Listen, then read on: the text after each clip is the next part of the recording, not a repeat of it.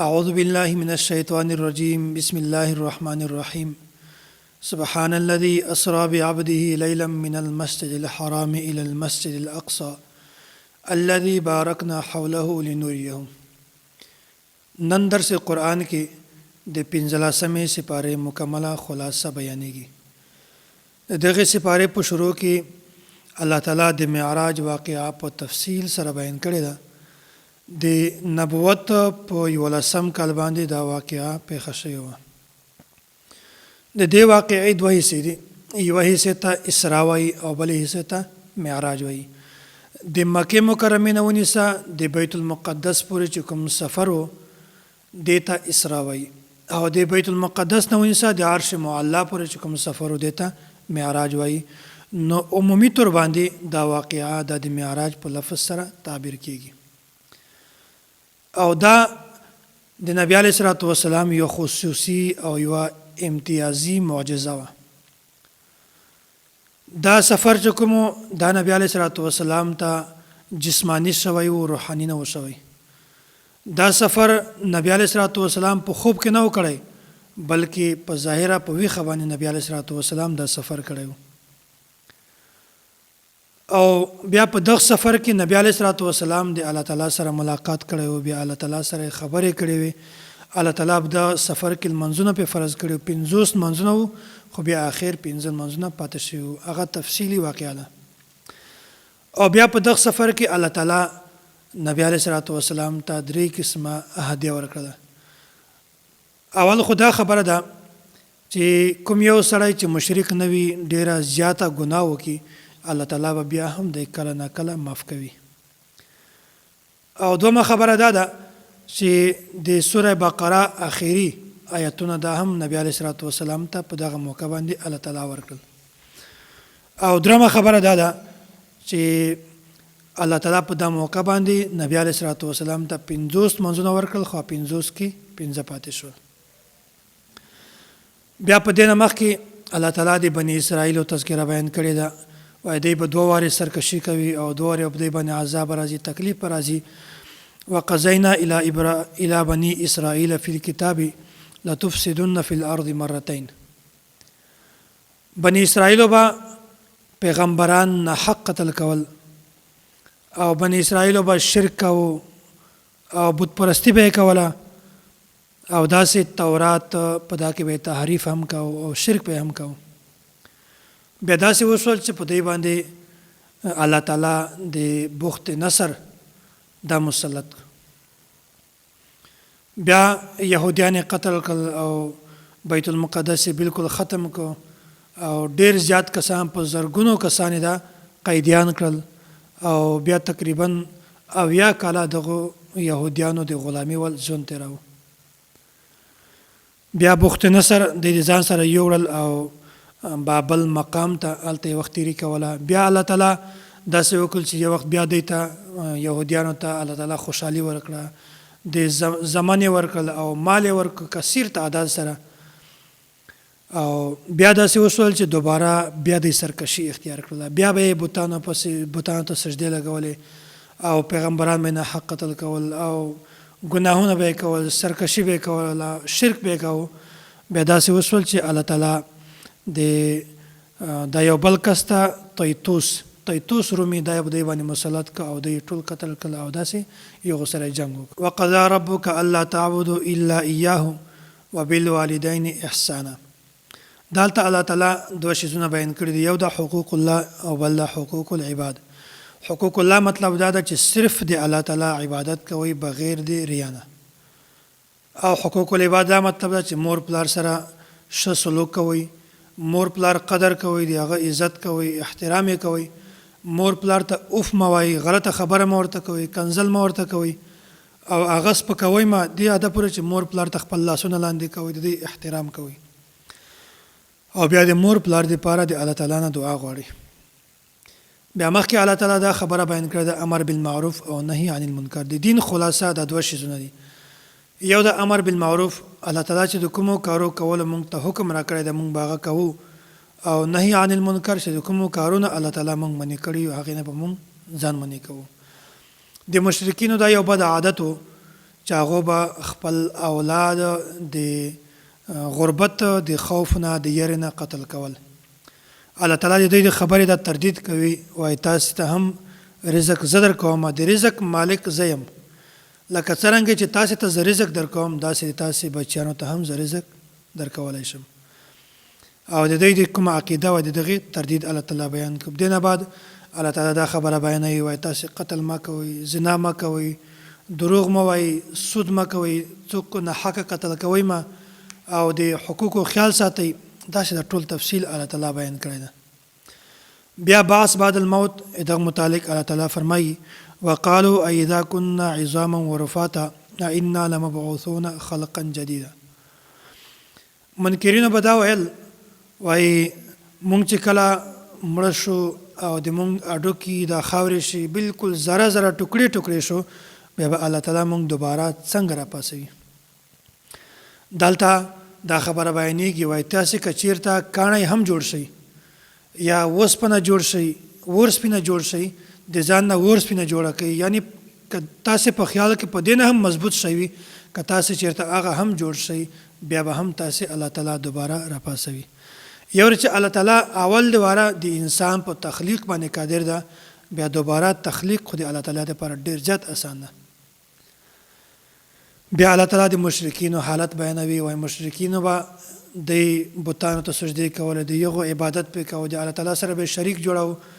خو کله به چې دوی د تجارت په غرض باندې د تجارت مقصد باندې بیا دوی سفر کوو، بیا کله په سمندر کې چې کشتۍ یا به خرابه شوه یا به د هوا د وجې نه یا د اوبو د وجې نه طوفان د وجې نه په دې باندې مشکلات راته بیا به دوی رجوع الی الله کوله، الله تعالی طرف ته به رجوع کوله او بت پرستنې به توبې ایستلې او دعاګانې به کولې. خو چې کله بیا الله تعالی دوی د دغې اوبو نه د دغه طوفان نه بچ کړل، دوی بیا خپل د بتانو عبادت کوو.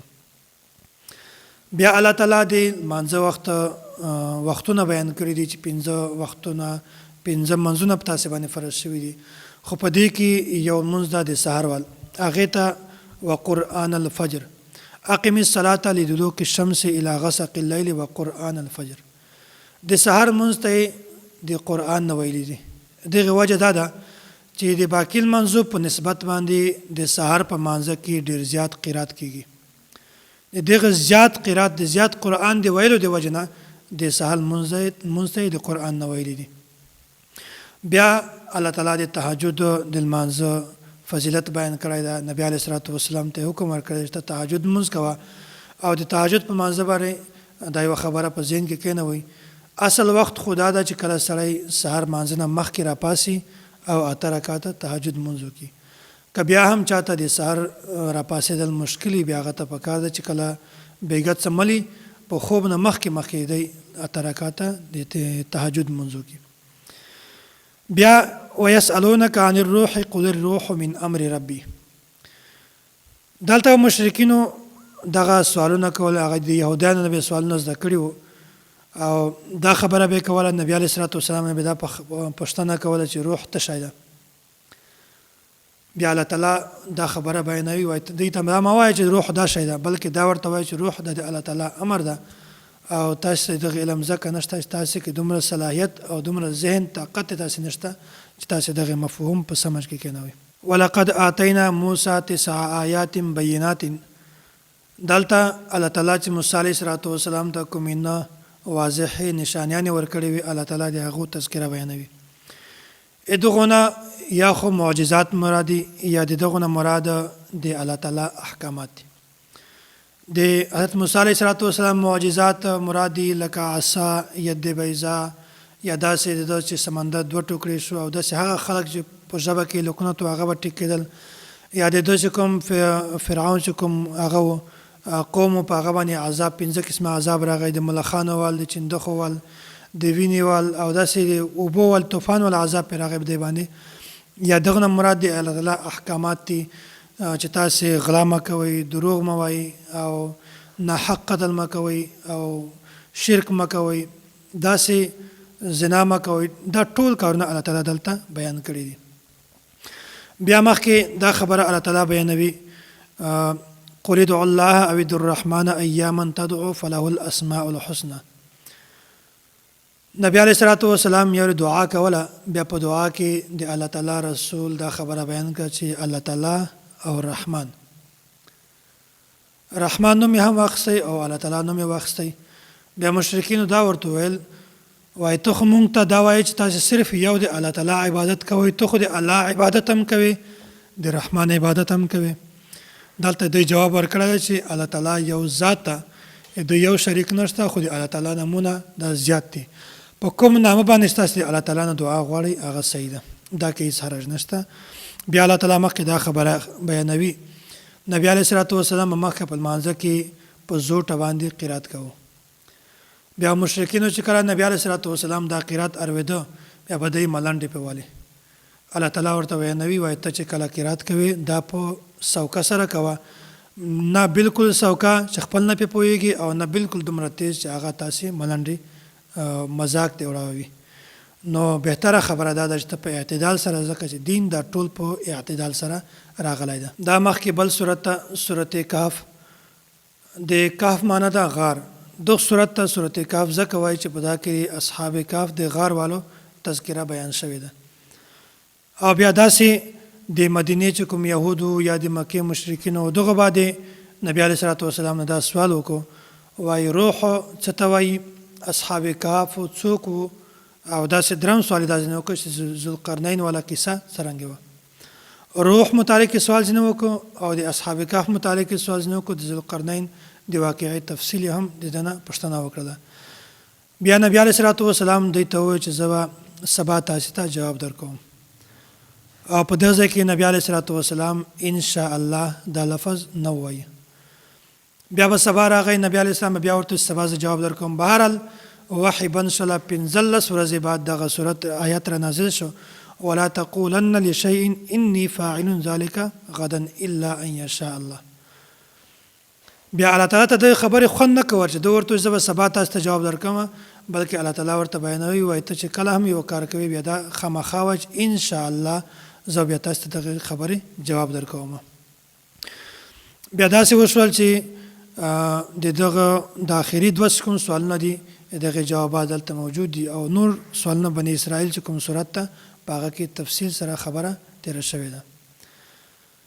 د اصحاب کهف د واقعي مختصر خلاصه درته بیانوم. دا یو ظالم او مشرک بادشاه و دقیانوس. دغه به مسلمانان تنګول او دا څو کسانو بیا دا توحید پرستو. دقیانوس بیا داسې وکړ چې دوی به ډېر زیات تنګول به او یو ورځ دقیانوس دا کسان راوغوښتل، خو دوی د ځان د بچ کولو لپاره، د توحید د بچ کولو لپاره دوی په یوه غار کې پټ شول. بیا داسې وشول چې دا 309 کاله دوی په یوه غار کې ویده وو. الله تعالی داسې ویده کړل چې 309 کاله تېر شوي، هغه نه بعد دوی راپاڅېدل. او بیا دوی چې کله راپاڅېدل بیا دوی وږي وو. بیا یو کس ته یې وویل دا ورشه دغه سکې در واخله بازار نه د خوراک شیزونه راوړه. او دا یې ورته وویل چې کله بازار ته ځئ احتیاط کوه چې څوک درنه خبر نه شي. او دی چې کله ولاړه بازار ته سکې یوړلې، هغه د دوکاندار ته ورغی. دوکاندار ورته حیران شو، وایي دا خو 300 کاله مخته سکه ده، دا څرنګې نن سبا دا سړی چلوي. بهرحال یخ ته شک وشو او بیا داسې وشول چې د هغه وخت بادشاه هغه توحید پرستو. هغه مخته د قیانوس بادشاه خو مړ شوی و، خو د دغه وخت بادشاه هغه توحید پرستو. بیا داسې وکړل چې هغه ته علم وشو، بیا دوی راوغوښتل، د دوی اکرام یې وکړو، اعزاز یې وکړو.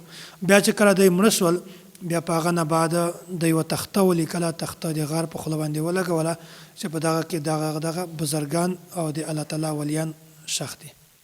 د هغو مقبره مزار دلته ده. بیا اصحاب کهف ته اصحاب رقیم هم وایي. دغه وجه دا ده چې یو خو اصحاب رقیم ځکه ورته وایي چې دغه بادشاه دغه یوه تخته لیکلې وه او دا تخته یې د غار په خوله باندې لګولې وه، او دا یې پې لیکلي و چې په دغه غار کې دغه پلانکی به هغه د بزرګ د پلانکی د الله تعالی ولی ده. دغې د وجې نه دغو ته اصحاب کهف او اصحاب رقیم هم وایي.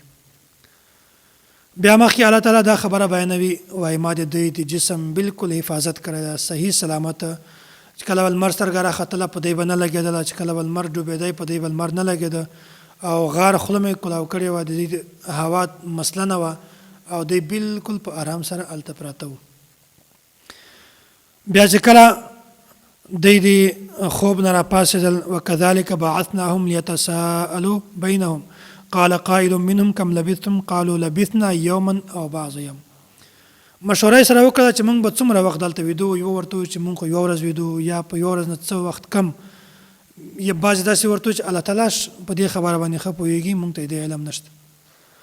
بهرحال 309 کاله دی هلته ویدو، آرام یې کوه. چې کله راپاڅېدل بیا یو کس یې خوراک دپاره ولږه، او دا یې ورته چې کله خوراک کړی وي حلاله خوراک کړی، ځکه چې هغه د بت پرستۍ ملماحول و د 300 کاله مخته. بیا دوی دا وایي دلته حلاله خوراکه څرنګه میلاوي چې حرامه نه وي. بهرحال دا وصیت یې ورته وکړو او هغه کس یې خوراکه ته ولږه، خوراکه یې راوړله.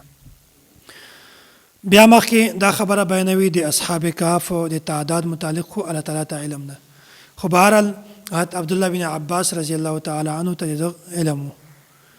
او ابن عباس رضی الله تعالی عنه دا خبره بیانوي، وایي د حضرت عبدالله بن عباس رضی الله تعالی عنه دا خبره دی بیانوي، وایي اصحاب کهف 7 کسانو، خو اتم د دوی سپی و. بیا الله تعالی مخکې د حضرت موسی علیه السلام او حضرت خضر علیه السلام دا خبره بیانوي. موسی علیه السلام د نه یوه ورځ چا پوښتنه وکړله چې په دغه وخت کې په ټولو نه زیات صاحب علم څوک ده؟ موسی علیه السلام ورته وویل چې زه یم. او دا حقیقت هم و چې کوم پیغمبر د کوم وخت پیغمبر وي، هغه پیغمبر په ټولو نه زیات صاحب علم وي. خو بهرحال د خبرې الله تعالی ته خوند نه کوله.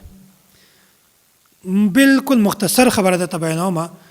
بیا موسی علیه السلام ته وویل چې ته ولاړ شه داسې ځای ته، هلته به داسې یو نشاني وي، بیا په هغه ځای کې به ته مایع در سره یوسي، تا سره بل کس وي، هغه مایع به ژوندی شي، به اوبو ته ولاړ شي، په یو ځای کې به ته تلاش وکړې، بیا به هلته خضر علیه السلام وي، بیا به هغه ته علم زده کړي. بهرحال موسی علیه السلام هلته ورغی، ملاقات یې ورسره وشو، تفصیلي خبره یې ورته بیان کړله، او ورته وویل چې بس راځه د ما سره، خو زه چې کوم کار کوم ما نه به سوال نه کوي.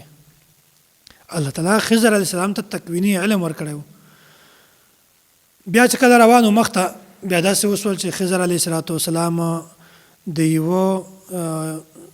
یو کس و غریب و، د هغه کشتۍ وه، د هغه کشتۍ یې ماته کړله، هغه نه یې تخته راوایستله.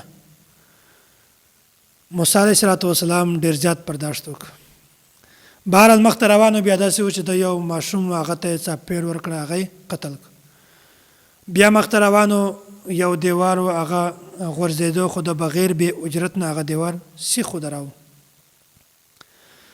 موسی علیه السلام سوال کولو باندې مجبور شو چې یو کس ته وړوکی ماشوم یې دا مړی کړ، او یوه بالکل روغه کښتۍ وه، هغه یې د بالکل ټوکړې ټوکړې هغه نه تخته وایستله، عیب نقص پکې پیدا کړ. بیا موسی علیه السلام سوال ځینې وکړو. بهرحال خضر علیه السلام ورته وویل چې بس ما دې ته جدایي وشوه. خو بهرحال دا خبره درته بیانوم چې دا ما دا کار وکړو، ولې مې وکړو؟ ځکه چې دا کومه کښتۍ وه دا د یوه یتیم زړکي وه، غریب و. مخته یو بادشاه ولاړ ده، هغه بادشاه چې کومه کښتۍ روغه وي، هغه کښتۍ باندې بادشاه قبضه کوي، د یو کس نه یې وړي، غصب کوي. بیا دې د وجې ما تخته ځینې وایستله چې دې کې لږ عیب پیدا شي، هغه کښتۍ بادشاه ځینې یو نه سي. دوم نمبر باندې چې کله ما ماشوم مړ کړ، د یو بنیادي وجه دا وه چې د هغه مور پلار مؤمن و. بیا کېدای شو چې دا کس هغه مور پلار د اسلام نه لرې کړی وای، کفر اختیار کړی وای، د ده خبره یې منلې وای. دغه د وجې نه الله تعالی به دوی ته داسې بچی ورکړي چې هغه بالکل ایمان وال وي او بالکل نیک او صالح وي. دغه د وجې ما دا بچی قتل کړ. دریم نمبر یې ورته وویل چې ما دا دیوار دا مې بغیر د اجرت نه ځکه ودراوه چې دغه د دوی پلار و هغه مسلمانو، دا بچیان بالکل واړه واړه، او د دلته خزانه جمع کړې وه، او دا یې ویل چې کله ما بچیان را لوی شي بیا به هغه خزانه ور واخلي. خو دوی واړه دي او دیوال غورځي، دې د وجې ما دیوال بالکل سیخ ودراوه چې کله دوی را لوی شي هغه خپله خزانه به د دغه نه ور واخلي. بهرحال حضرت موسی علیه السلام ته الله تعالی تشریعي علم ورکړی و، او خضر علیه السلام ته الله تعالی تکویني علم ورکړی و. الله تعالی دې مونږ تاسو ته اسلام را نصیب کړي، او الله تعالی دې مونږ تاسو د کفر نه په حفاظت کې وساتي. واخر دعوانا ان الحمد لله رب العالمین.